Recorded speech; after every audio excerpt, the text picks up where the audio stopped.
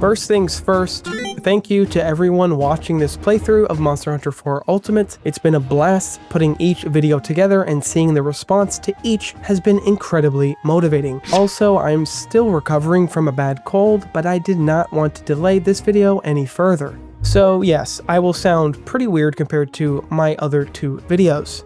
Okay. So not only has the roster in 4 Ultimate been excellent so far, I know it stays relevant compared to the rest of the mainline games because there are still numerous monsters locked to this game. Although many of them do appear again in Generations Ultimate, and while I love GU, these monsters deserve better. And by better, I mean a full return in HD in Ascendance, or at least the next Monster Hunter game. We've already seen a few monsters still locked to 4U, Quechahuacha, Tetsukabra, Zamtrios, and we'll see 2 more just in this episode. Episode of what, you may ask? Well, this is Operation Mongoose, where I'm playing 4 Ultimate for the first time completely solo, crafting and only using the full set of every key quest monster in order before reaching the incredibly unique Elder Dragon Dalamadur, who maybe is coming back in Ascendance. Then we'll dive into G rank to face the OG version of Gogmazios that I've also not experienced before. But it's only episode 3 and we're running into some wildly bad luck with material drops. Alright y'all, this is a long episode, so get ready because the time is now! Monster Hunter 4 Ultimate! Last time we ended with the Wyverian chief of Chico Sands requesting us to hunt a Najarala, which we will, however we're gonna just smile and nod in response for now. See, while playing through this episode, I made a choice. There are 2 technically optional monsters in this rank of 4-star quests in the caravan, Kezu and Rathian. Now, both of these monsters are key quests later on, but I'd rather get them done now since it feels like it fits with the current progression of armor sets. And boy, did this game remind me what it's like to grind in Monster Hunter. But for now, let's start with the monster that ends careers in silence, Kezu.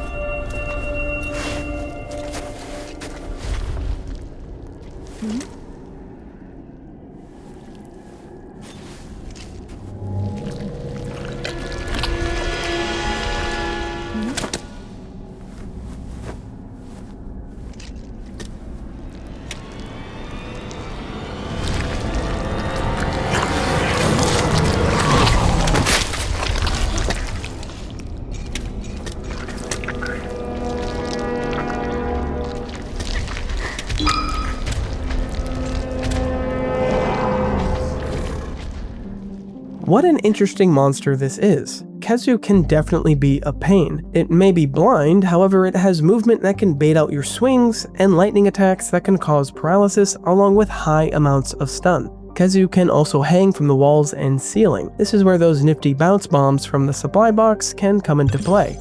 You can also climb walls to knock him down for an opening. Kezu also has the quirk of not having any music playing during its hunt. Yeah, it may be a touch gross, but it's hard to argue against Kezu's design. Capcom did a good job. In fact, another similar monster from the 3rd generation, Giganox, is a giant leech-type monster that exchanges paralysis for its poison, and is also blind. Kezu was brought back in Rise, so yes, I'm going to use his section of the video to simply ask for Giganox to also make a return. Regardless, both of these monsters have a unique spot in the monster roster, but they do a great job of being exactly what they're supposed to be. A little nasty, yet rather interesting and fun to fight. Kezu itself is pretty straightforward, and an easy matchup for Hammer. After 4 hunts, I was able to craft the full set. It's a set of armor. It looks alright, you can definitely tell it's an early game set. The skills obtained are Thunder Attack +1 and Recovery Up, increasing the rate at which you naturally recover health. There's not much else to say. In 4 Ultimate, Kezu does have a variant I haven't seen before, Red Kezu, so we'll see its red brother soon enough. So, with Kezu's set done only after 4 hunts, I'm feeling pretty good at this point, and ready to tackle everybody's favorite punching bag, Rathian. I'll be honest, this was horrendously painful.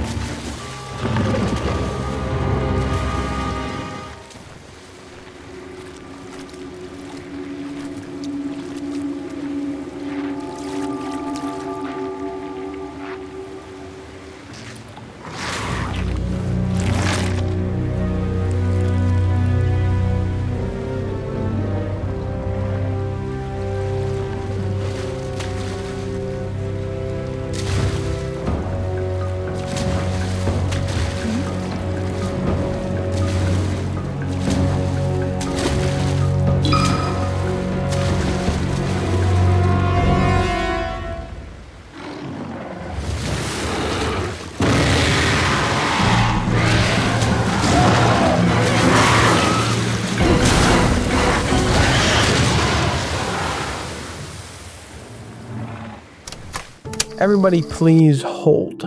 Okay, I forgot that in order to unlock this Rathian quest, I actually had to go ahead and hunt Najarala. So, here's proof that I hunted Najarala wearing the wonderful Kezu armor. Alright, here's Rathian.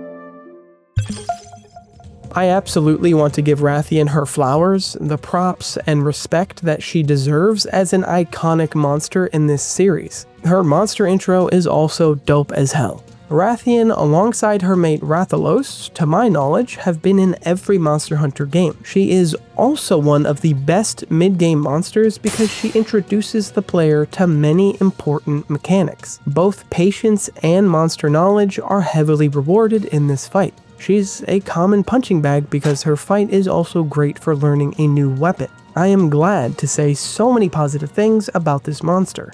But holy crap, I got bro. I do not want to hunt Rathian for a long time. I'm sure some of you are already sensing where I'm going with this, but let me explain.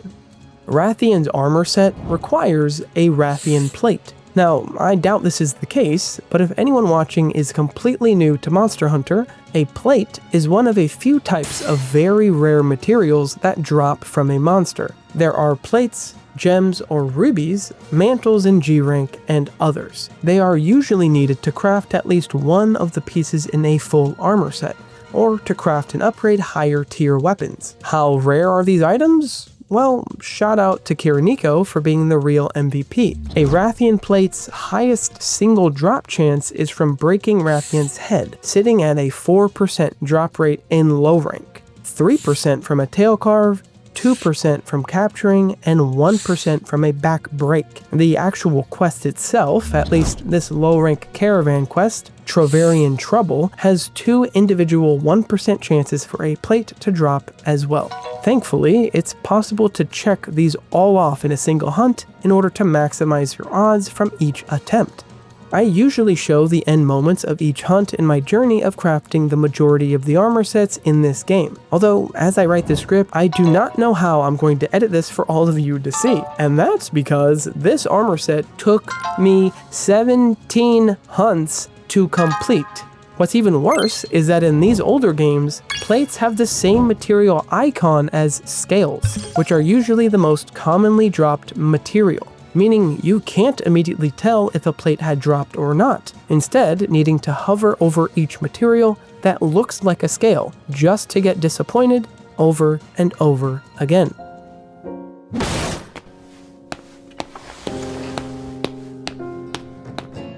By the 10th hunt, I was more than ready to skip Rathian's set. I mean, this particular quest isn't even required as part of the challenge. Her key quest doesn't come until later. However, I was determined. It was too late to back down now.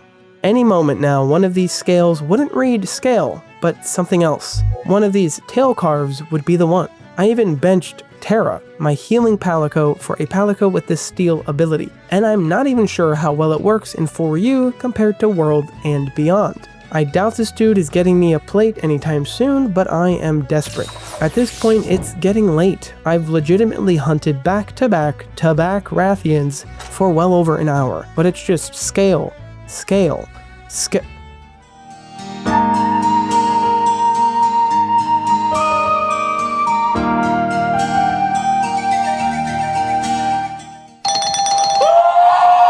Oh my god. I was genuinely hit with shock and then excitement. At this moment, I remembered something. This feeling is why I love Monster Hunter. Finally seeing that low % chance material drop from either a carve or a reward screen, it feels so good. I'll be honest, this feeling is sorely missing in Wilds. I'd argue it was maybe a thing in World, but with the introduction of investigations and just having way more chances at these rare materials, this feeling is not as common in Monster Hunter nowadays. Anyway, Rathian's armor set is actually pretty decent. Not that I'll be wearing it for long. The skills are health plus 20, which will result in a maxed out health bar after eating, and fire attack plus 1. I mean, pretty solid. In fact, the man even takes time to point out Rathian's armor set through a dialogue text box, which And after seeing that again, what if this was 2015 when 4 Ultimate released? Let's just say there's someone new to Monster Hunter or just playing through for you for the first time, and the man says, hey, this set will increase your health. That's pretty good. And you're all, hey, that does sound pretty good. Let me go farm that real quick. Just to never see that Rathian plate ever and be confused as to why the item isn't dropping. Obviously, sites like Reddit, GameFAQs, and Google were around. And there's a reason why Kiriniko and Athena's Armor Set Search, or ASS, were both beloved within the Monster Hunter community, to help figure out how lofty a certain crafting goal was. I'm just imagining some poor soul struggling with why they can't get a plate to drop. Why yes, I'm clearly resentful that it took me 17 hunts to craft this set in low rank. Hey, so about that next key quest, you know, the one that's actually relevant to progression, let's go check that one out.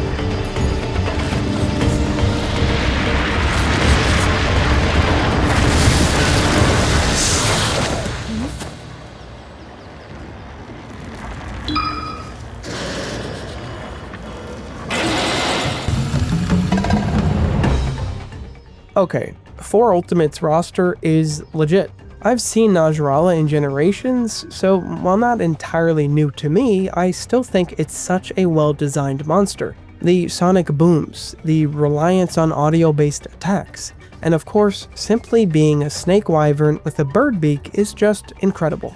Actually, the snake wyvern classification is still unique to just Najarala and its tidal subspecies. Despite, you know, another obvious snake found later in this game. But Dalamadur is of course an elder dragon.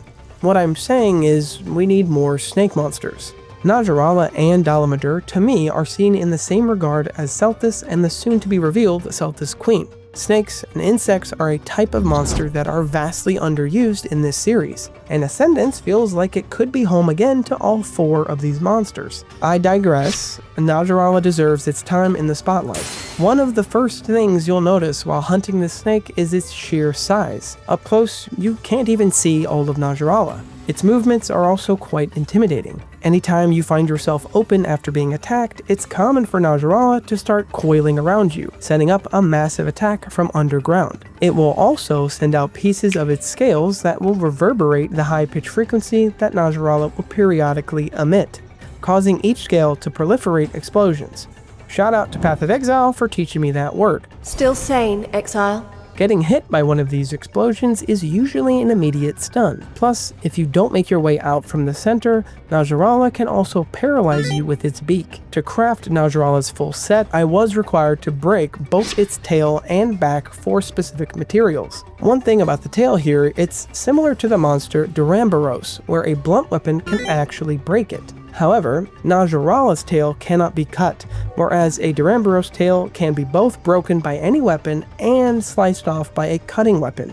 One last interesting note would be that once Najarala was exhausted, I noticed the color of its scales changing from the bright red orange to a duller yellow. This was especially noticeable on the back ridges and the tail.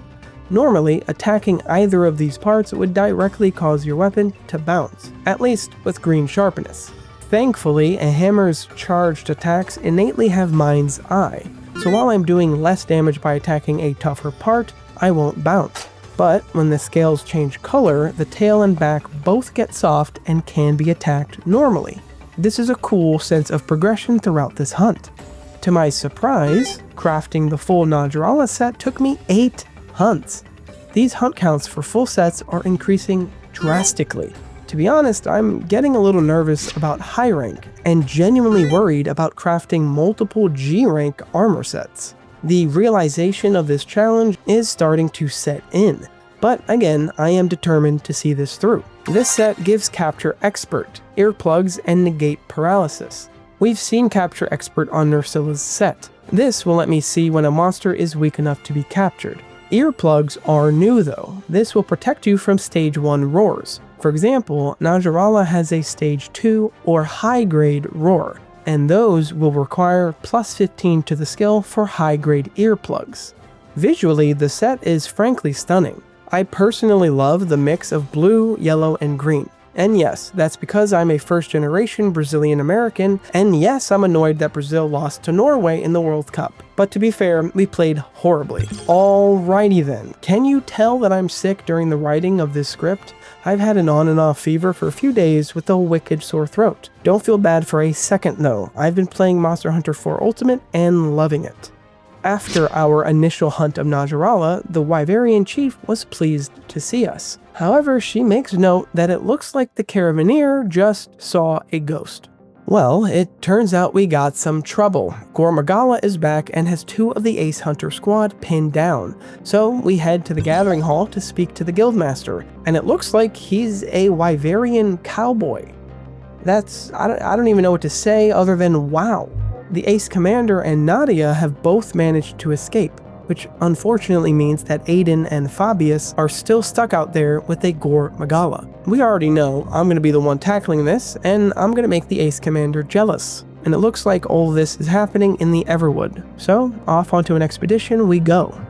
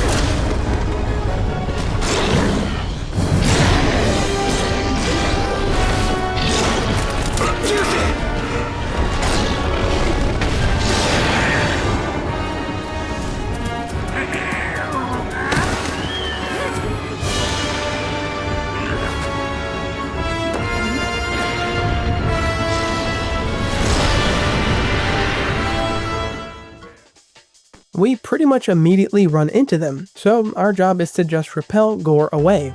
Now, we've seen the frenzy mechanic before, so really I'm just trying to stay as offensive as I can.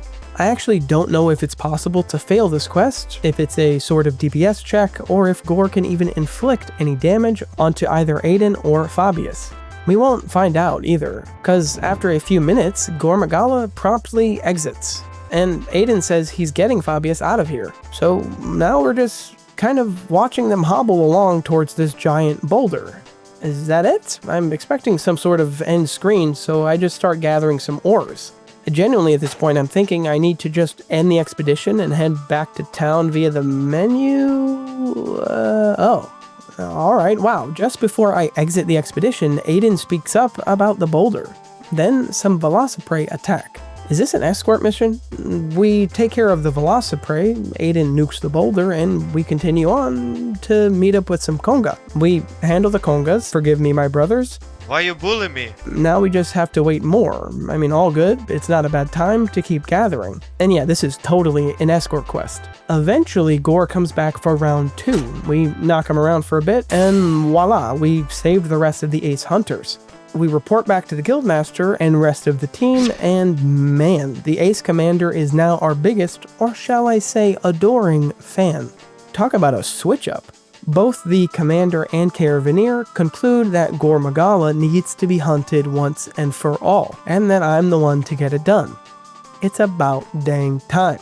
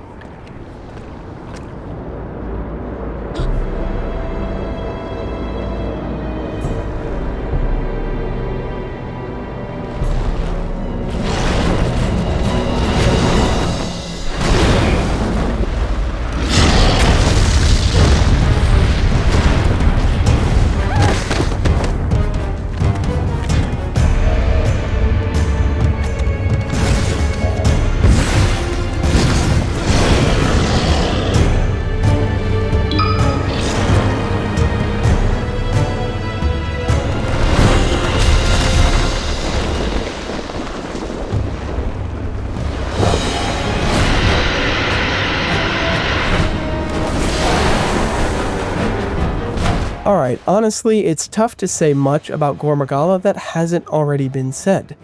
Gore is easily one of the most popular flagships out there, especially now that it's been brought back in GU, Rise, and now Wilds. I will say though that it's actually possible to witness this monster's personality, intelligence, and savagery by finally being able to play for Ultimate. Its hatred for the Hunter and the Ace Hunters is tangible, and especially once it enters its frenzied state, you can sense the anger behind its attacks. Speaking of which, his moveset is rather varied. He can shoot out tracking orbs of frenzy, charge at you, do a full 180 attack ending in a massive tail swipe that will catch rolls, has giant frenzy blasts, can go airborne and crash down with a dive. And that's all just in Gore's base form. His frenzied form introduces more of his giant wing arms with a massive double slam, a 2-hit slam combo, and even a pin attack. His turnaround attack becomes extremely long range, and he now has a blast attack that covers a huge area around him. Oh, and he gets these sweet purple horns as well. Being that Gore has been in numerous games, I have a decent amount of experience in the hammer matchup. Unfortunately, I need a tail for the Gore armor set. We also need to break those sweet purple horns for Gore feelers, which proved to be just as annoying as I had remembered. Not only did it take 4 tail carves to get the single tail I needed, 67% drop rate by the way, and breaking his feelers took even longer. I had at least 5 or 6 hunts against Gore with Charge Blade in order to get those tail cuts, and not once could I break the horns. Obviously, the horns are only out during his frenzy state, which typically only happens once a hunt. Plus, doing enough damage to Gore can knock him out of the frenzy state, which means you're racing against 2 timers. You need to do enough damage to break the horns before you do enough damage to knock him out of frenzy state. This is clearly a job for Hammer, and even then, it takes me numerous attempts, 10 total in fact, to finally get the job done. Also, just a quick little mention, not a big deal or anything. My very first carve of Gore Magala was a plate. Granted, it's a 5% chance from a carve, and not just 1%, but still. I end up with 5 plates by the time the full set is crafted. And damn, dude, that feels so good after the Rathian plate disaster of 2026. Speaking of which, this set is fantastic, and we all know why it becomes a popular layered set in future games. For skills, we have Challenger +1. Hello Agitator, it's nice to see you again. This increases attack and affinity when a monster is enraged. We also obtain Bio Researcher, which was also on the Kongalala set. Level 1 of this will prevent item usage blocks, Blast Blight, and increase Dung Bomb efficiency. This skill might look out of place on this set, but at level 2 the skill becomes Bio Master, delaying the time the Frenzy Virus will overtake you. As a neat extra bonus, this set gives 5 points of handicraft, and it should be pretty easy to slot in just 5 more points. Solid armor set all around.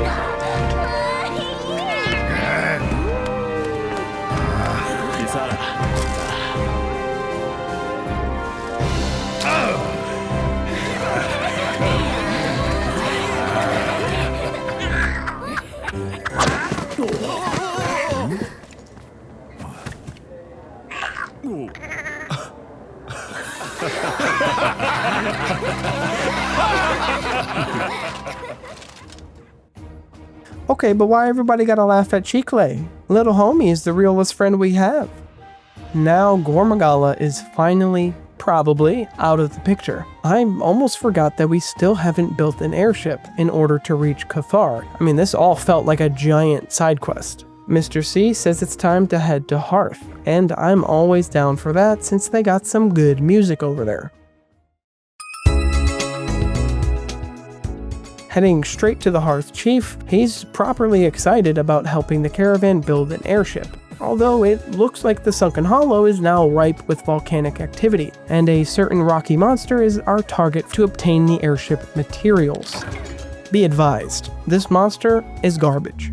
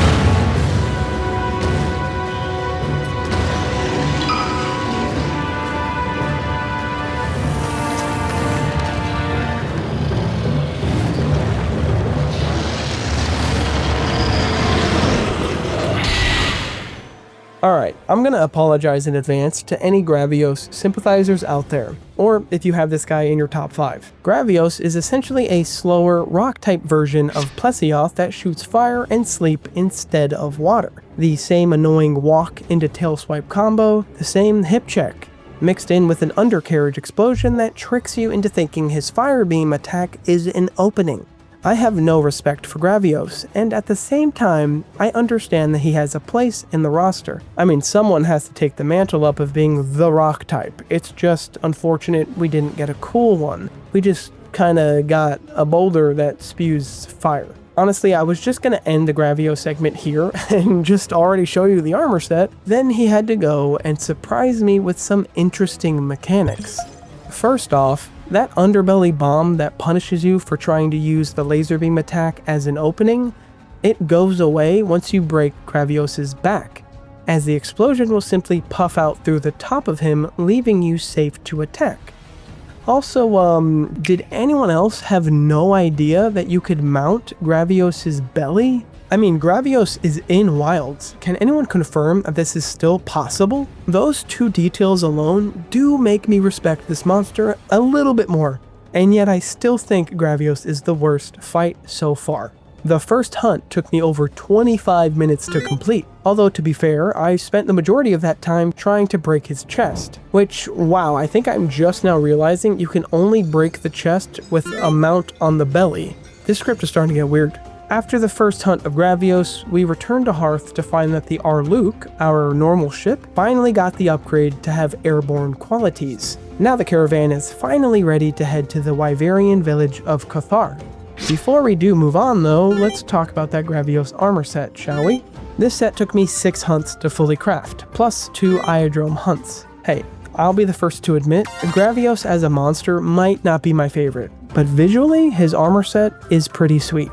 The skills are guard +1, defense up small, along with a general sense of sadness, all of which are fairly self-explanatory. Thankfully, the only material that was annoying to obtain were the Gravios wings, as I had to really focus on the wing breaks whenever I got a topple or knockdown. Now that we look like a proper tank, or Havel from Dark Souls, I mean you know the set would have you fat rolling, we can now take to the skies and see Cathar.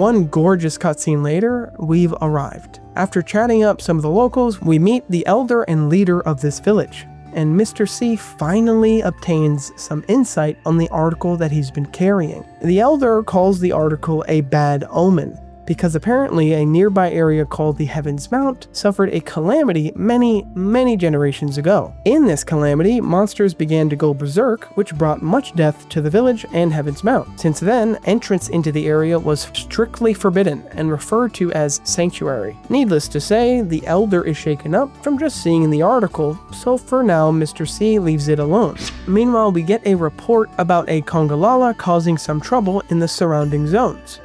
I mean, we've already handled a rogue Congalala, but sure, let's go handle it.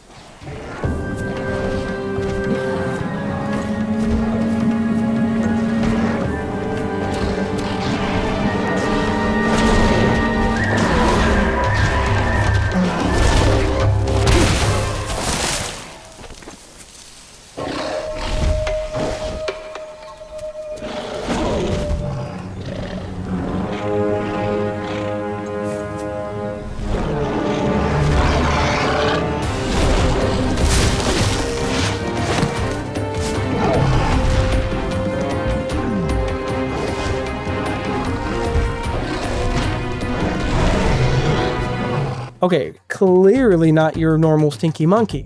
This one seems to have the same frenzy mist from Gormagala, and will inflict the virus onto you with its attacks. This Congalala definitely has some new attacks, but goes down without too much of a fuss.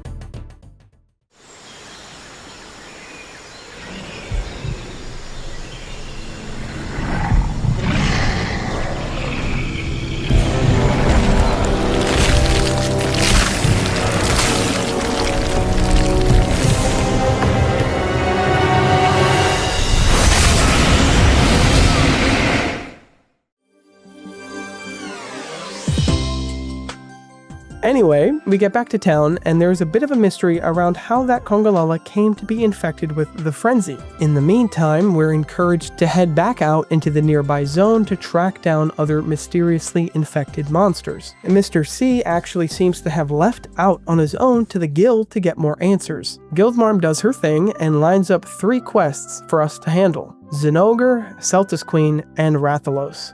Oh yeah, this is where things start getting real. Why don't we start with everyone's favorite Thunderdog?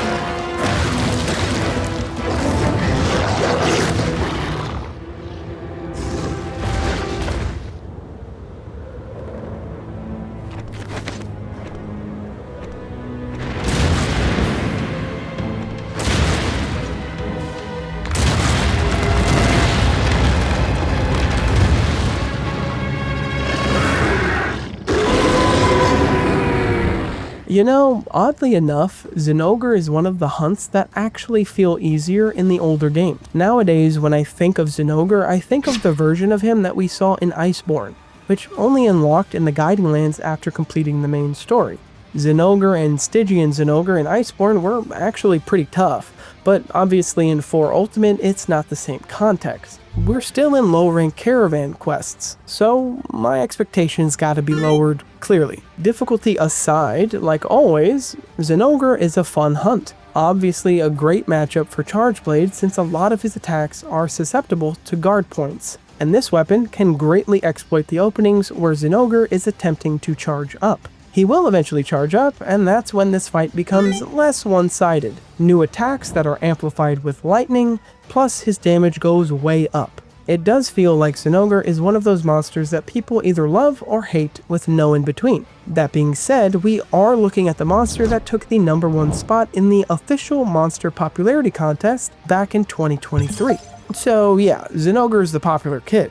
I do like when monsters have neat little quirks, so it's nice that Zinogre has one of those. You can use bug nets to catch Fulgur bugs off of Zinogre's back if he gets knocked over, which are useful for crafting various weapons and the Zinogre armor set. Speaking of which, and don't worry, Zinogre is gonna get plenty more screen time later in this series, it's time to dive into his armor set. This set was crafted after 4 hunts, and indeed you can see here that it requires a Zinogre plate. Well, I am pleased to announce that the Desire Sensor has shown me mercy once again like it did with the Gore set. I got a Zinogre plate on the last carve of the first hunt. Vindication is so sweet. And of course, the skills. Thunder Attack +1 is obvious. However, the other skill here, Latent Power, is a lot trickier. Latent Power is a skill that changes greatly depending on the game you're playing. In this case, in 4 Ultimate, it will activate after either fighting a monster for 5 minutes or taking over 180 points of damage. Once activated, level 1 of Latent Power will give you 30% increased affinity and 50% lowered stamina consumption, and these will both last 90 seconds. Oh, and plus you get a sweet blue fiery glow on your gauntlet. Is this the boost bracer? What? And of course, visually, this set is striking and one of those fan favorites you see everywhere. It looks especially good alongside Zinogre's hammer. Alright, with Zinogre down, we're moving on to the last monster for this video. A monster of royal pedigree that absolutely deserves a return as soon as possible.